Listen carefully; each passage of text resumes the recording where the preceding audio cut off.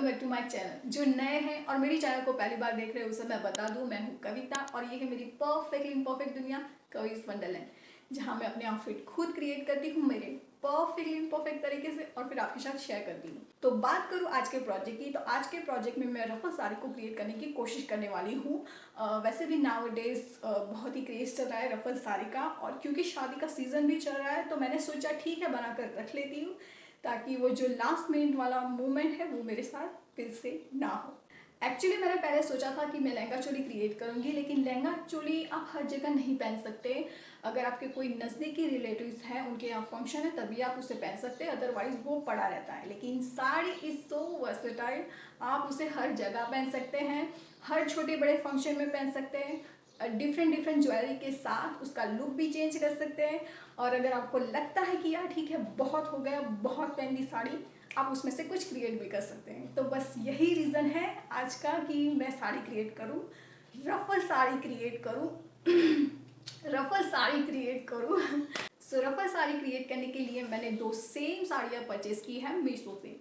Satin fabric है इसका, हालांकि साटिन के साथ काम करना बहुत ही मुश्किल है, लेकिन फिर भी काम तो करना पड़ेगा। 5.5 मीटर इसकी लंबाई है, क्वालिटी बहुत अच्छी है। और साड़ी के साथ आता है ब्लाउज पीस, क्योंकि मैंने 2 साड़ियाँ परचेज की है इसलिए 2 ब्लाउज पीस। हालांकि हमें ब्लाउज पीस का कोई काम नहीं है, तो एक मैं मम्मी को दे दूंगी और एक पापी को दे दूंगी, मुझे बस साड़ी से मतलब है। तो ये वही साड़ी है जिसे मैंने लास्ट वाले प्रोजेक्ट में और उसके भी लास्ट वाले प्रोजेक्ट में यूज़ किया था। वो ब्लैक कलर की थी, ये ग्रीन कलर की है। उस वक्त मुझे कोई अंदाज़ा नहीं था कि किस तरीके से मीशो से ऑर्डर किए हुए प्रोडक्ट की लिंक को शेयर किया जाता है, तो इसलिए मैंने उसे शेयर नहीं किया था, बट इस बार मैं शेयर ज़रूर कर लूँगी। तो आप डिस्क्रिप्शन बॉक्स में जाकर वो कोड चेक कर लीजिएगा। तो चलिए तैयार है आप रफल साड़ी को क्रिएट करने के लिए। चलिए साथ में साड़ी को क्रिएट करते हैं, साथ में गलती भी करते हैं और साथ में उस गलती का सॉल्यूशन भी निकालते हैं। चलिए। सो यही है वो साड़ी जिसे मैंने मीशो से ऑर्डर किया था। लाइटनिंग की वजह से कलर थोड़ा डल लग रहा है, लेकिन एक्चुअल में कलर बहुत ही खूबसूरत है। अब मैं साड़ी की जो नीचे की साइड है वहाँ राउंड शेप दे दूँगी ताकि हमें रफ़ल को लगाने में आसानी हो। तो यहाँ मैं भगवान को याद कर रही हूँ, क्योंकि ये साटिन फैब्रिक है तो भगवान को याद करना तो बनता ही है ताकि कोई प्रॉब्लम ना हो। और फिर उसके बाद मैं साड़ी के पल्लू में नीचे की तरफ इस तरीके से राउंड शेप कट कर लूँगी। राउंड को कट करने के बाद मैं उसे 2 फोल्ड करूँगी और फिर स्टिच कर लूँगी।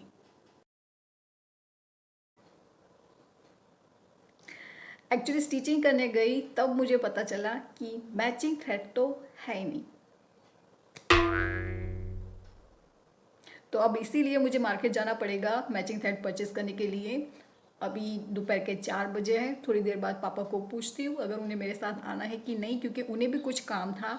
अगर आज नहीं ले गई तो मुझे कल फिर से जाना पड़ेगा उनका ड्राइवर बनकर, क्योंकि उन्हें व्हीकल चलाना नहीं आता। तो मिलती हूँ आपको मैचिंग थ्रेड को परचेज करने के बाद।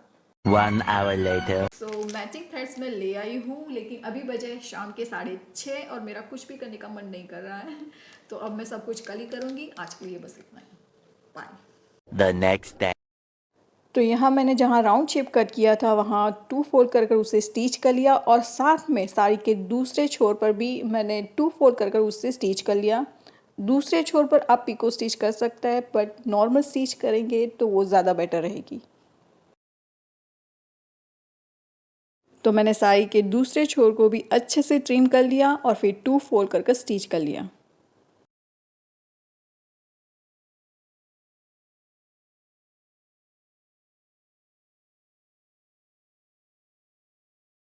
तो ये जो राउंड वाला शेप है वो आगे की तरफ, मतलब जो हमारा पल्लू होगा वो कुछ इस तरीके से आएगा, और जो दूसरा छोर है वो साड़ी के अंदर जहाँ से हम पहनना स्टार्ट करते हैं वहाँ आएगा।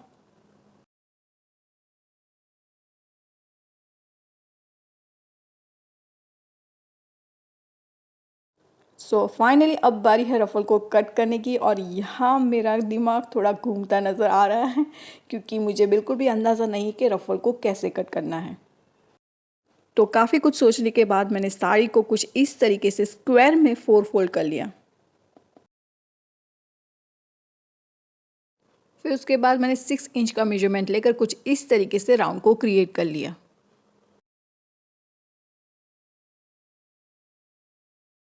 फिर मैंने उस लाइन से नीचे की तरफ 9 इंच को मार्क किया और फिर ऊपर वाली लाइन को फॉलो करते हुए दूसरा राउंड भी ड्रॉ कर लिया। और फिर खुद को श्योर करने के लिए मैंने थोड़ा कैलकुलेशन किया और फिर अपने फिंगर को क्रॉस कर मैंने फाइनल कटिंग कर ली।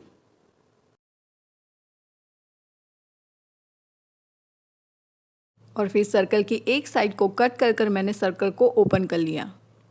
और फिर मैंने सर्कल को खोल कर रफल को देखा। मैं इतनी खुश हो गई कि चलो पहला पड़ाव मैंने अच्छे से पार कर लिया।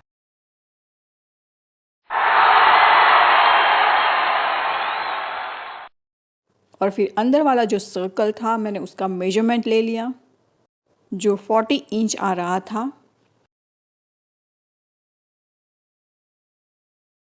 और जहाँ साड़ी में रफल लगाने थे वहाँ मैंने मेजरमेंट लेना स्टार्ट किया। तो सबसे पहले मैंने उस 40 इंच को नापा और देखा कि वो कहाँ आ रहा है। और फिर वहाँ से मैंने फिर से 40 इंच का मेजरमेंट लिया और इस प्रोसेस को मैंने एंड तक दोहराया। और फिर फाइनली मैं कंक्लूजन में आई कि मुझे और 5 सर्कल कट करने हैं, मतलब कुल मिलाकर 6 सर्कल।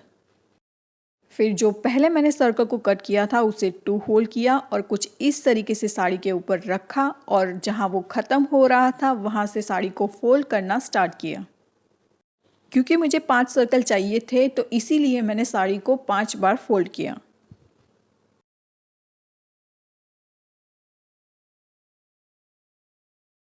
और फिर मैंने पहले कट किए हुए सर्कल को अच्छे से उन साड़ी पर सेट कर लिया, कुछ इस तरीके से।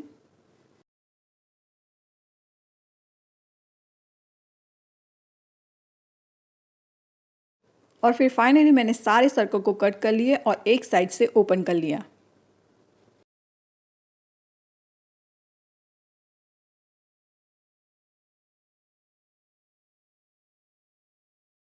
तो ये हो गए हमारे कुल मिलाकर 6 सर्कल जो अब साड़ी में लगने के लिए तैयार है।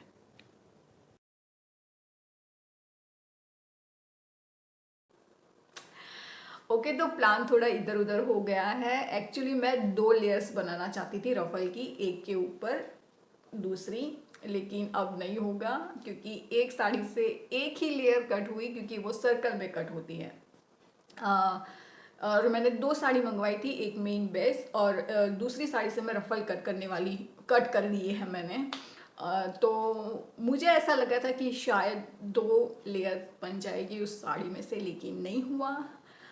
तो थोड़ा डिसअपॉइंटमेंट हुआ है, लेकिन फिर मैंने सोचा ठीक है पहले एक लेयर डालकर देखते हैं कि किस तरीके का लुक देता है, फिर सोचते हैं कि क्या करना है। तो अब मैं सर्कल को एक दूसरे से जोड़ लूँगी। तो उसके लिए मैं सर्कल की दोनों रॉन्ग साइड को एक दूसरे से मिलाऊंगी कुछ इस तरीके से और फिर मैं स्टिच कर लूँगी।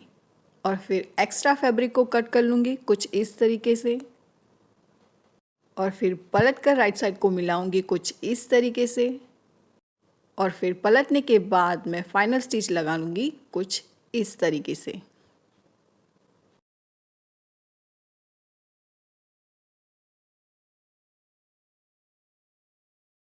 तो खोलने के बाद आपको धागे बिल्कुल भी नहीं दिखेंगे, इसीलिए मैंने इस मेथड को यूज़ किया है।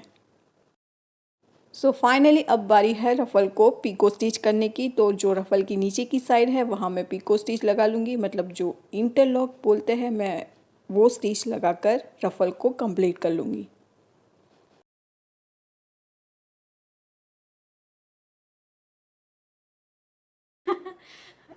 मैं 5:15 से बैठी थी पीको करने के लिए। पीको ख़त्म ही नहीं हो रहा था, ख़त्म ही नहीं हो रहा था और ऊपर से सारी फैब्रिक धागे निकल रहे थे। जैसे तैसे करके मैंने पीको ख़त्म किया, अभी बचे 6। तो सोचिए कितना टाइम लगा इस रफ़ल के पीको करने में। चलो ठीक है, पीको ख़त्म हो गया, अब बारी है इसे साड़ी से अटैच करने की। तो अब बारी है साड़ी से रफ़ल को कनेक्ट करने की। तो उसके लिए मैं पल्लू से स्टार्ट करूँगी और फिर धीरे धीरे एंड तक सारे रफ़ल्स को लगा दूँगी। एंड ट्रस्ट मी, साड़ी को पीको स्टिच लगाते लगाते मैं सच में बहुत थक गई थी। तो जहाँ से रफ़ल को लगाना स्टार्ट करते हैं वहाँ हमें रफ़ल को 1 इंच ज़्यादा छोड़ देना है और फिर बाद में उसे 2 फोल्ड कर स्टिच कर लेना है।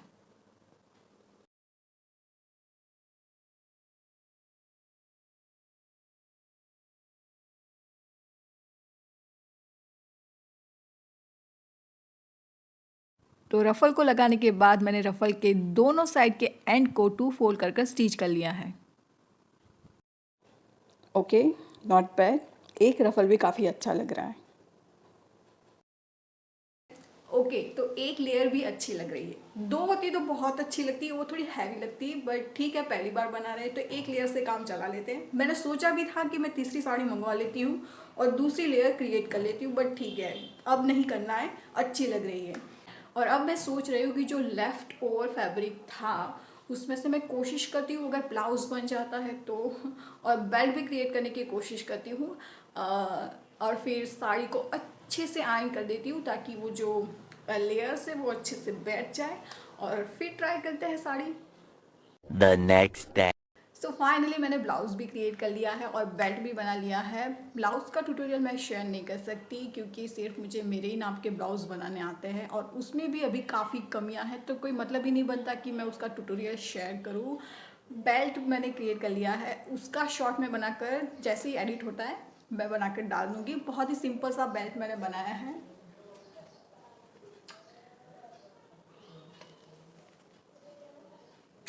और ब्लाउज कुछ मैंने इस तरीके से बनाया है, मैं डिज़ाइन दिखा सकती हूँ मैंने कैसे बनाया है। मैंने आगे पीछे दोनों तरफ वी नेक रखा है और सीवलेस बनाया है, और पीछे लगाने के लिए मैंने ये छोटी सी बो भी बनाई है। तो हाँ, तो प्रोजेक्ट की बात करूँ तो जब स्टार्ट हुआ था थोड़ी घबराई हुई थी बिकॉज स्टार्टिंग फैब्रिक था, लेकिन एक्साइटमेंट भी बहुत था क्योंकि ये मैं पहली बार ट्राई कर रही थी। रफल साड़ी मैंने इससे पहले कभी नहीं बनाई, ये सिर्फ मेरे दिमाग में ही थी। तो हाँ, घबराहट भी थी, थोड़ी एक्साइटमेंट भी थी। जैसे जैसे प्रोजेक्ट आगे गया थोड़ा थोड़ा कॉन्फिडेंस आता गया। फिर जब रफ़ल को पीको करने की बारी आई मैं थोड़ी फर्स्ट्रेट हो गई थी, बट देन क्योंकि इस बार कोई टाइम लिमिटेशन नहीं थी तो काफ़ी शांति से मैंने इस प्रोजेक्ट को पूरा किया, इसीलिए मज़ा भी बहुत आया। और इसीलिए मैंने डिसाइड किया है कि ऐसे काफ़ी सारे आइडियाज़ हैं मेरे पास जिसे मैंने पहले कभी ट्राई नहीं किया, वो सिर्फ मेरे दिमाग में है। तो मैं उसे ट्राई करूँगी और आपके साथ शेयर करूँगी। चलिए, तो फाइनली ट्राई कर देखते हैं कि ये रफ़ल साड़ी कैसी लगती है। एंड अगर आपको मेरे वीडियो और मेरी चैनल पसंद आ रही तो प्लीज़ उसे लाइक शेयर एंड सब्सक्राइब करना बिल्कुल ना भूलें, और साइड में दी गई बेल आइकन को भी प्रेस करना बिल्कुल ना भूलें ताकि आपको वीडियो की क्विक नोटिफिकेशन मिल सके और आप वीडियो को टाइम पर देख सकें। तो चलिए, अब देखते हैं कि ये रफ़ल साड़ी कैसी लगती है। चलिए।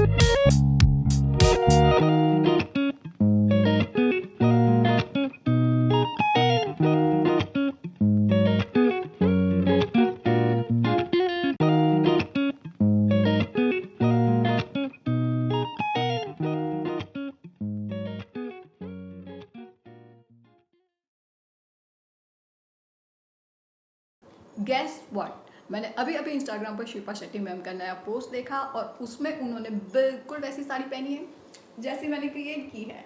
कलर में डिफरेंस है लेकिन स्टाइल बिल्कुल सेम है। तो जो रफ़ल का एक लेयर डालने का डिसीजन था वो सही साबित हुआ है। और जब से मैंने वो साड़ी, मतलब जब से मैंने वो शिल्पा शेट्टी मैम का फ़ोटो देखा है उस साड़ी में, मैं खुद को शाबाशी दिए जा रही हूँ कि कविता क्या बना दिया तूने, गुड जॉब। बस इतना ही बोलना था। Bye and take care.